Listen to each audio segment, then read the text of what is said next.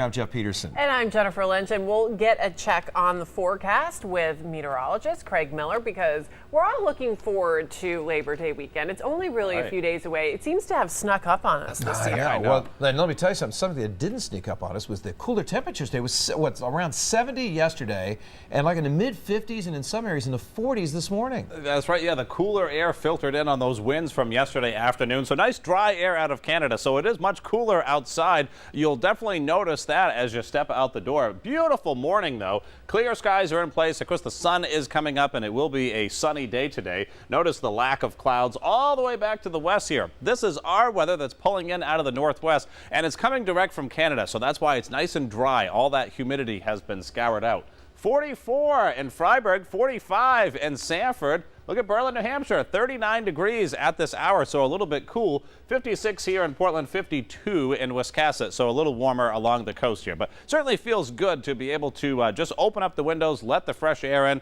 There's no raindrops in the forecast today. As a matter of fact, abundant sunshine with temperatures right around 75 degrees and low humidity. That's really the key for today. It's going to really be an enjoyable day.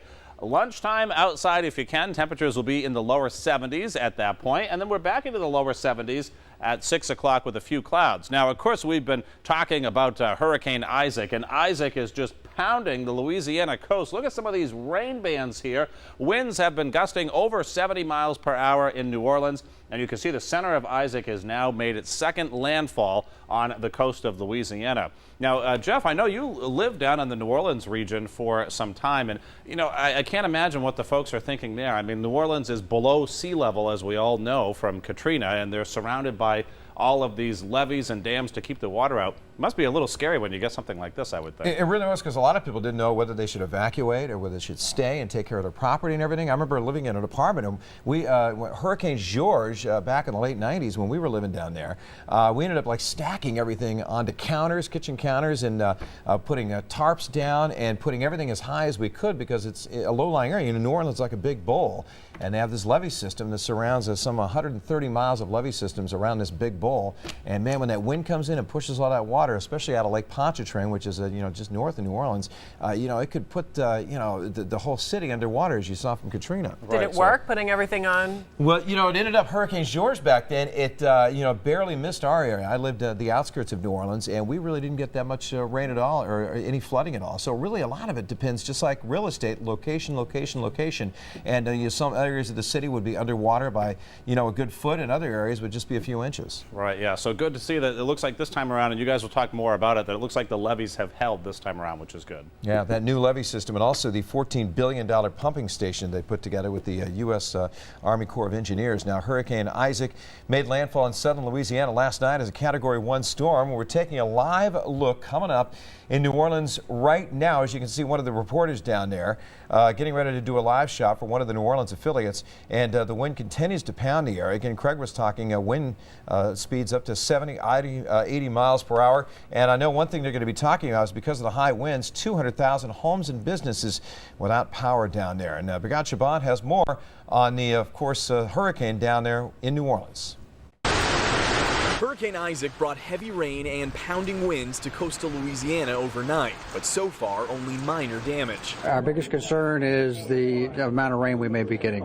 It looks like it could be very, very heavy. Most in the heart of New Orleans heeded warnings to stay home, allowing police to patrol the streets. About 30 miles south of New Orleans, in the small town of Jean Lafitte, canals are overflowing and strong winds knock down trees. It's where commercial fisherman Ricky Polkey is riding out the storm on his boat. It's just got to be in your blood, I guess. We always felt safer on a boat. High waters come and, you go up with the water. All along the banks here, sandbags have been set up, as well as tube levees filled with water to prevent the high-rising bayou from seeping into neighborhoods nearby. The city of New Orleans has a much more sophisticated line of defense against flooding.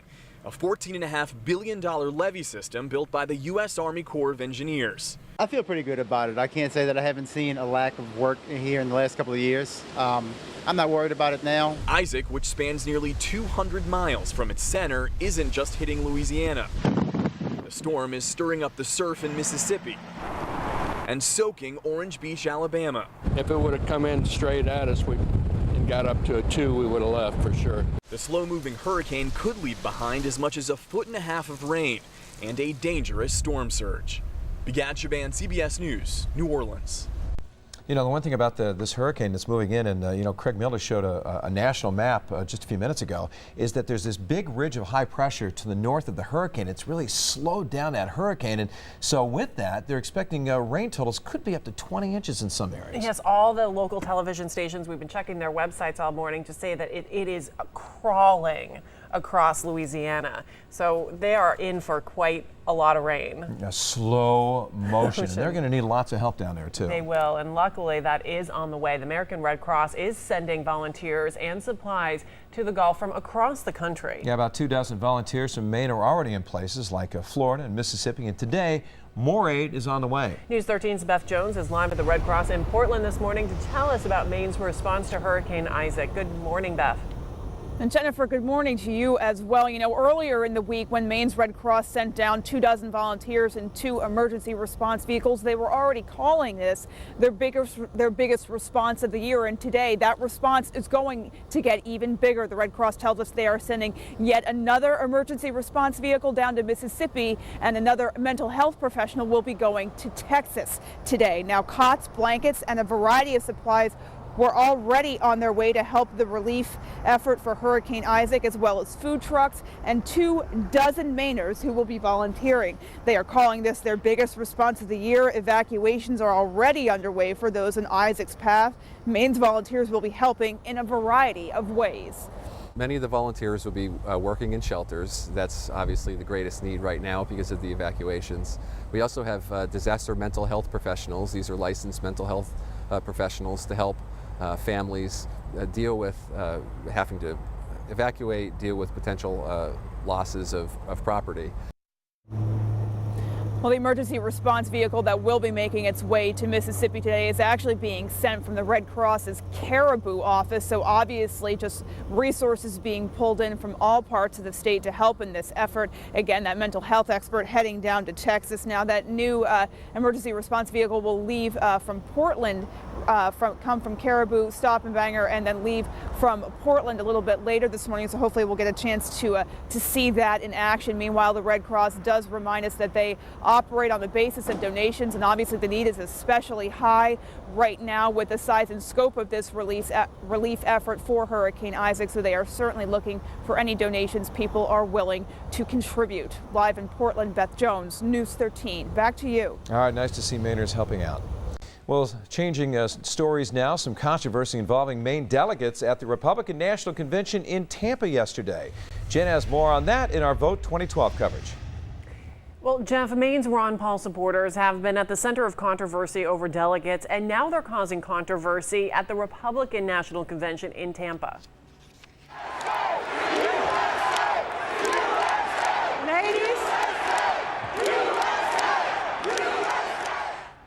Well, you can hear them, seat them now, and USA. Those are what's being chanted yesterday when it was announced that half of Maine's delegates would go to Ron Paul and half to Mitt Romney.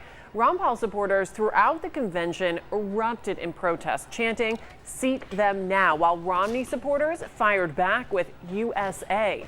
Some of the Maine delegates called the Republican National Convention a farce as they walked out, boycotting the ruling to take away half of Ron Paul's delegates. Now, the Maine delegates say it got them noticed on a national level, but because of the protest, some of the Maine delegates were not given seats at the convention. They were given access to the floor, but say they were asked to leave and were told they were in a restricted area. Now, we talked to one of Maine's delegates in Tampa. It was a long shot to get anywhere. We were happy, certainly, with the support we got. It shows that people care about the process and care about fairness. The Ron Paul delegates say their protest got their point across and now plan to follow the convention rules. Jeff? Well, the Republican Party has officially nominated Mitt Romney and Paul Ryan to be their candidates, and it was Romney's wife who stole the show, personally introducing her husband last night. New Jersey Governor Chris Christie was the keynote speaker, though, saying politicians are too focused on winning the love of voters and not focused on leading. Love without respect was always fleeting, but that respect could grow into real and lasting love. You see, Mr. President, Real leaders don't follow polls. Real leaders change polls. Well, today the spotlight turns to vice presidential candidate Paul Ryan. He'll be the featured speaker and will lay out what a Romney-Ryan administration will look like. Former Secretary of State Condoleezza Rice and New Mexico Governor Susana Martin will also speak tonight during the televised portion of the convention. New this morning, the Saco Fire Department is investigating an overnight fire at an abandoned building. The fire was in a two-story building at 50 Washington Avenue. At this point, there is no official cause. However, officials say they will be investigating it this morning. On the Crime Watch now this morning, a St. Joseph's College student is free on bond this morning after pleading not guilty to charges stemming from an accident back in April that killed his passenger. 20-year-old Tyler Hall pleaded not guilty in Cumberland County Court yesterday to charges of manslaughter, reckless conduct, and leaving the scene of a crash. The crash killed 20-year-old Clark Noonan of Pittston. Hall allegedly left a party that night before crashing on Route 35 in Standish.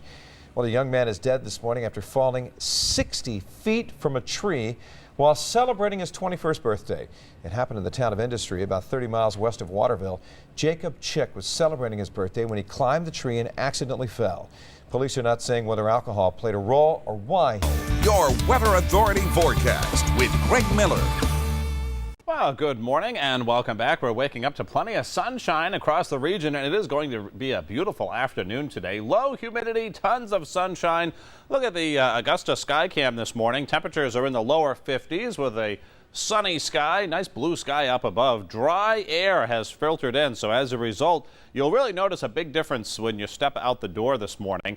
It will actually have kind of a crisp feel to the air. Here's your tide information for today. The sun just came up at 6:03 and is going down at 7:19 this evening. Of course, we've been talking about Hurricane Isaac, and so I wanted to start out with that because Isaac has made its second landfall here. You can see the center of circulation, or what it has for an eye here, is now over the land. That means that it will slowly start to weaken, but it's moving so slow. Look at these heavy rain bands here. A tremendous amount of rainfall may fall in this area of New Orleans, back through parts of Mississippi. Some areas may pick upwards of 20 inches of rainfall. So just think about that for a minute. That's 1.5 feet of rainfall that some of these places may get. On top of that, of course, they're getting battered with hurricane force winds, and that will continue for the morning. Contrast that to what we have here in the Northeast. Wow, what a difference. We have high pressure in control, beautiful clear skies, and it is going to stay that way now, really, for the next several days. High pressure is going to be the dominant feature affecting our weather. 56 in Portland, 52 Lewiston. Look at Freiburg, back through Sanford in the 40s, even 39 in Berlin, New Hampshire. So it's a little bit cool to start. The sun will warm us up nicely for the afternoon hours, and by 2 o'clock, that's about the time you'll see the highest temperature during the day. We should top out right around 74, 75 degrees. A nice sunny ride home at 5 o'clock as well. And clear skies overnight tonight will lead to temperatures back into the 40s and 50s again. But by 6:30, we've bounced back already here to 50 degrees from Lewiston and Freiburg, 56 in Portland, and more sunshine tomorrow. We're going to see our temperatures warm slowly. So tomorrow, we're back into the lower 80s. Some areas may even touch the mid-80s by late in the day, especially Freiburg, southern New Hampshire. And then we continue with our clear sky tomorrow night. And more sunshine and even warmer as we head into Friday. So, you know, if you're not done with the hot temperatures yet, you'll like the Friday forecast. 75 for today, nice and refreshing out there. Another nice cool night tonight in the 50s. And then tomorrow, again, more sunshine. We turn up the temperature just a bit, 82 degrees with a southwest wind. 90 degrees for many of us on Friday with sunny skies. And the Labor Day weekend, beautiful. Not quite as hot on Saturday in the low 80s with sun. Sunny in the 70s for Sunday and Monday. Rain looks like it moves in on Tuesday. Part of that will be the remnants of what is left over from Hurricane Isaac. We'll look at your beach and boating forecast when we come back in just a few minutes. Jen? He climbed the tree in the first place.